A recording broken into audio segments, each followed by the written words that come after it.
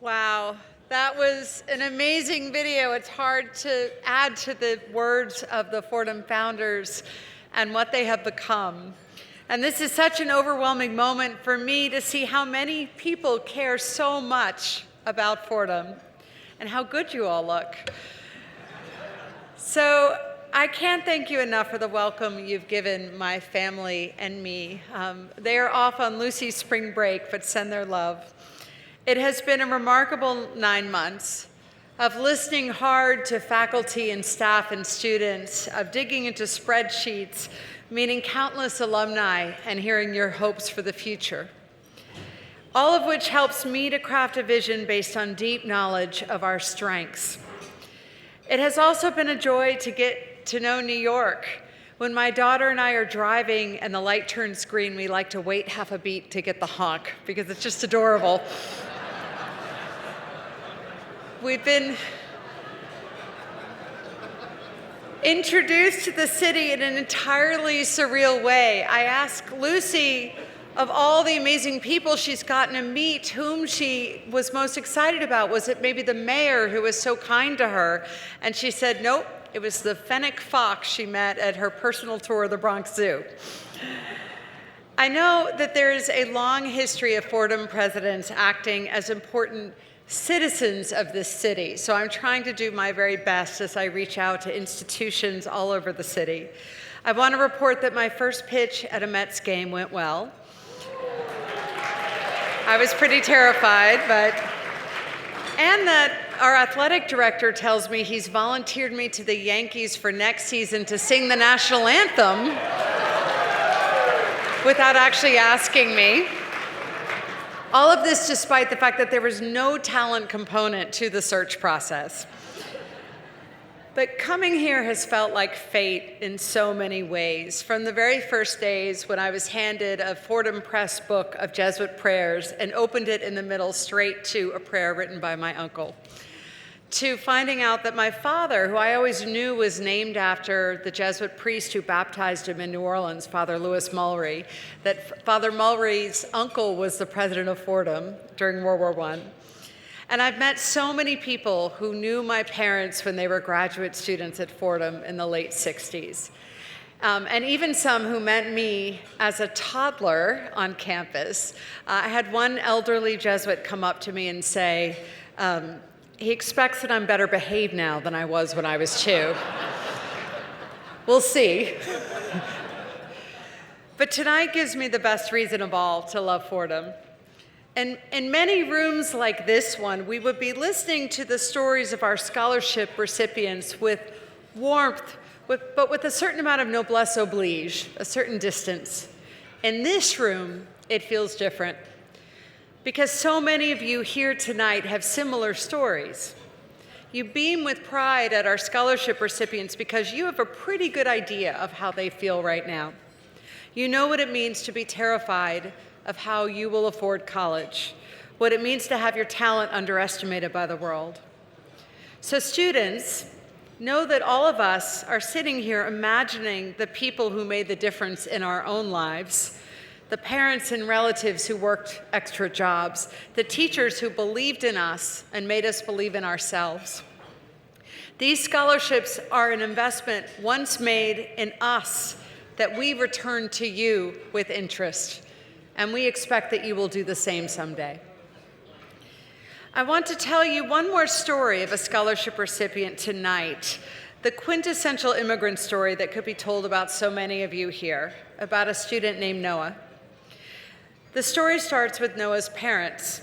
His father is Mustafa Khalil, born in Egypt to a family without a nickel.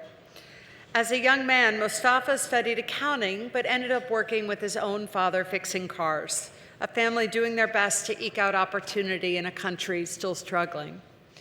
Mustafa married a brilliant and determined woman named Dahlia, who earned a PhD in math and became a college professor. In 1999, the Khalils made the incredibly difficult decision to leave everything they knew in Egypt, every relative and resource. They left the familiarity of language and their ancient culture to come to this new world. They settled in New Jersey and had twins, and then a third child whom they named Noah. Noah, who is also a prophet in Islam, stands for the mercy of God. Noah stands for hope. Coming to this country wasn't easy. Dalia became an incredibly overqualified preschool teacher. For 15 years, Mustafa drove trucks in New York City taxis. He found learning English as an adult about as hard as each of us would find learning Arabic. With his brother, he slowly but surely saved up money to start their own business. Together, they opened twin limousines named after Mustafa's twins. For years now, Fordham has hired twin limousines, trusting Mustafa Khalil to pick up our commencement speakers. And maybe because of that, he dreamed of sending his children here to Fordham. That dream came true because of all of you. Noah is a freshman at Gabelli. He's majoring in finance with a concentration in fintech. And in case that's not enough, he wants to minor in computer science and psychology to learn the lessons of technology and insights into human behavior. Why so much? Because he read in high school about microfinancing, what it means to invest in the genius of entrepreneurship that flourishes among the poor in every nation, the gumption and chutzpah and creativity born of necessity. Noah loves that Fordham embraces him as a person of faith in a community where the beauty of Islam is respected and honored, a Catholic university that shares the core values of his own religion. His goal in life, to be a person of integrity, to matter to the world, and most of all, of course, to make his parents proud. So Noah, can you stand up and help us all applaud your parents?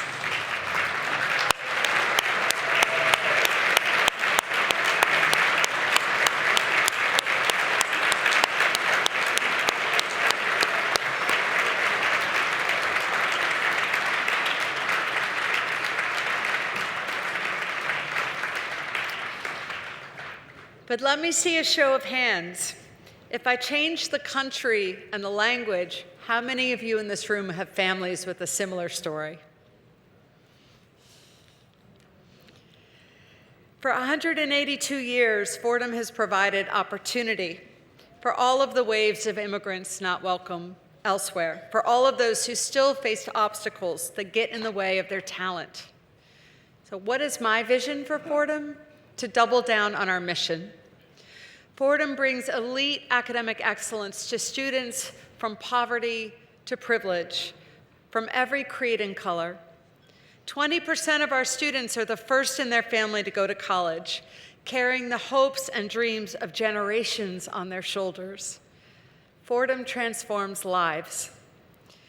We work hard to give our students the excellence they deserve at a price they can afford, but bridging that gap has never been tougher because the cost of providing transformative teaching and student support is simply more than most families can afford to pay.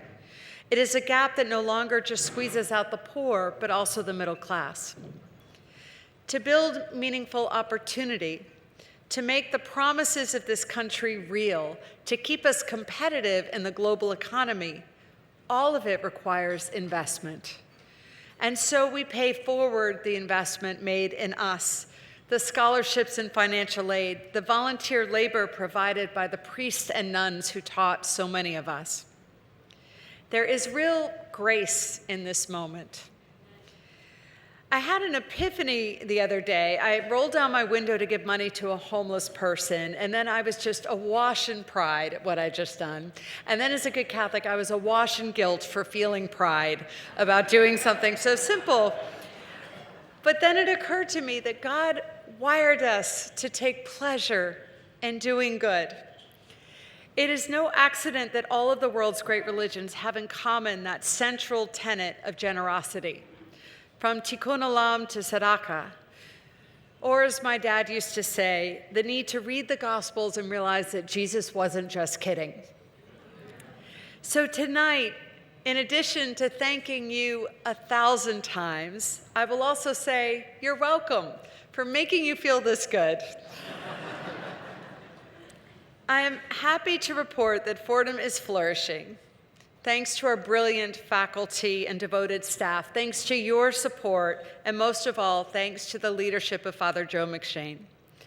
I have very big shoes to fill, and luckily for us, the benefit of,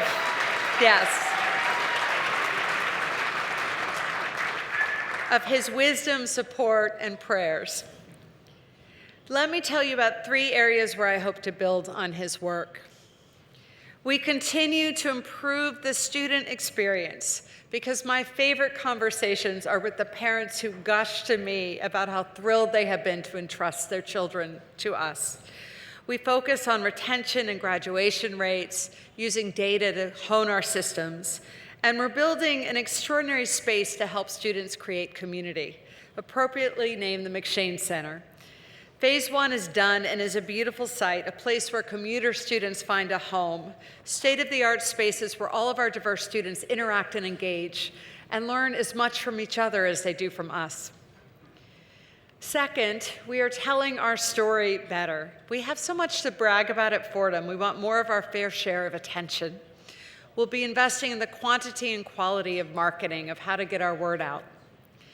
And I want to give special thanks to our remarkable student athletes for their help this year in helping tell the world about Fordham.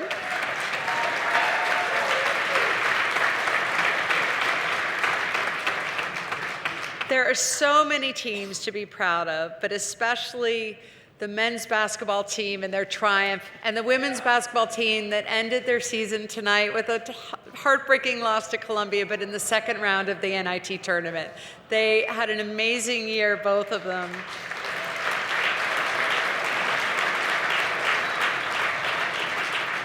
And their sheer determination on the court explains much about what makes Fordham special.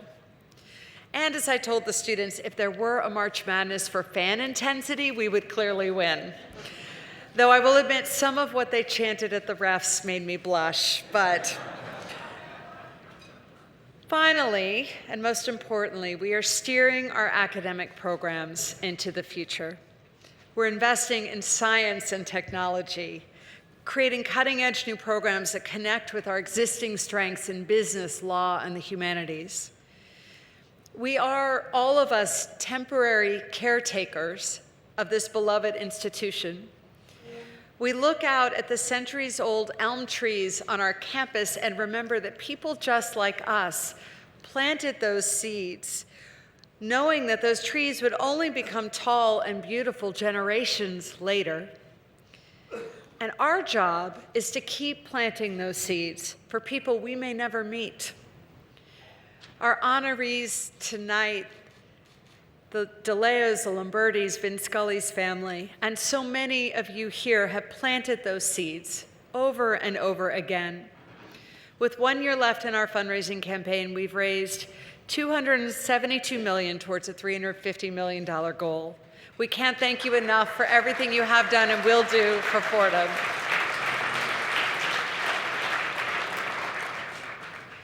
And not just for Fordham, but for the world.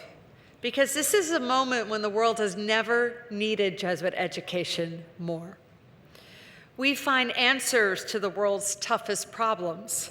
We build on the proud Jesuit tradition of academic excellence and endless curiosity.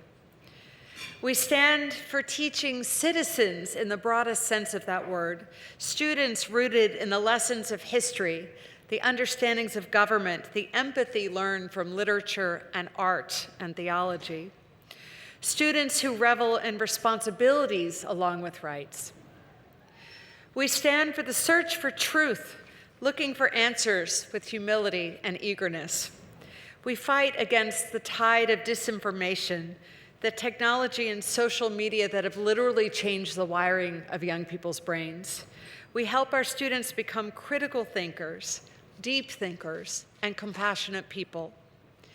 And we teach our most fundamental Catholic values, human dignity, welcoming the stranger, and understanding that we are all equally loved by God. Our theme tonight is Where Do Dreams Take Us? For Noah and all of the students here, the answer is to Fordham. For almost 2 centuries, we have dared our students to dream, to lift their hopes and their ambitions, all in New York, the city quite literally fueled by the power of dreams. We bring together the best and brightest from every corner of the world, and we make them believe at their core that they belong here. We create opportunity and transform lives, and we spin their dreams and talents into reality. Thank you, Fordham founders. Thank you, students. Thank you to all those who run this university.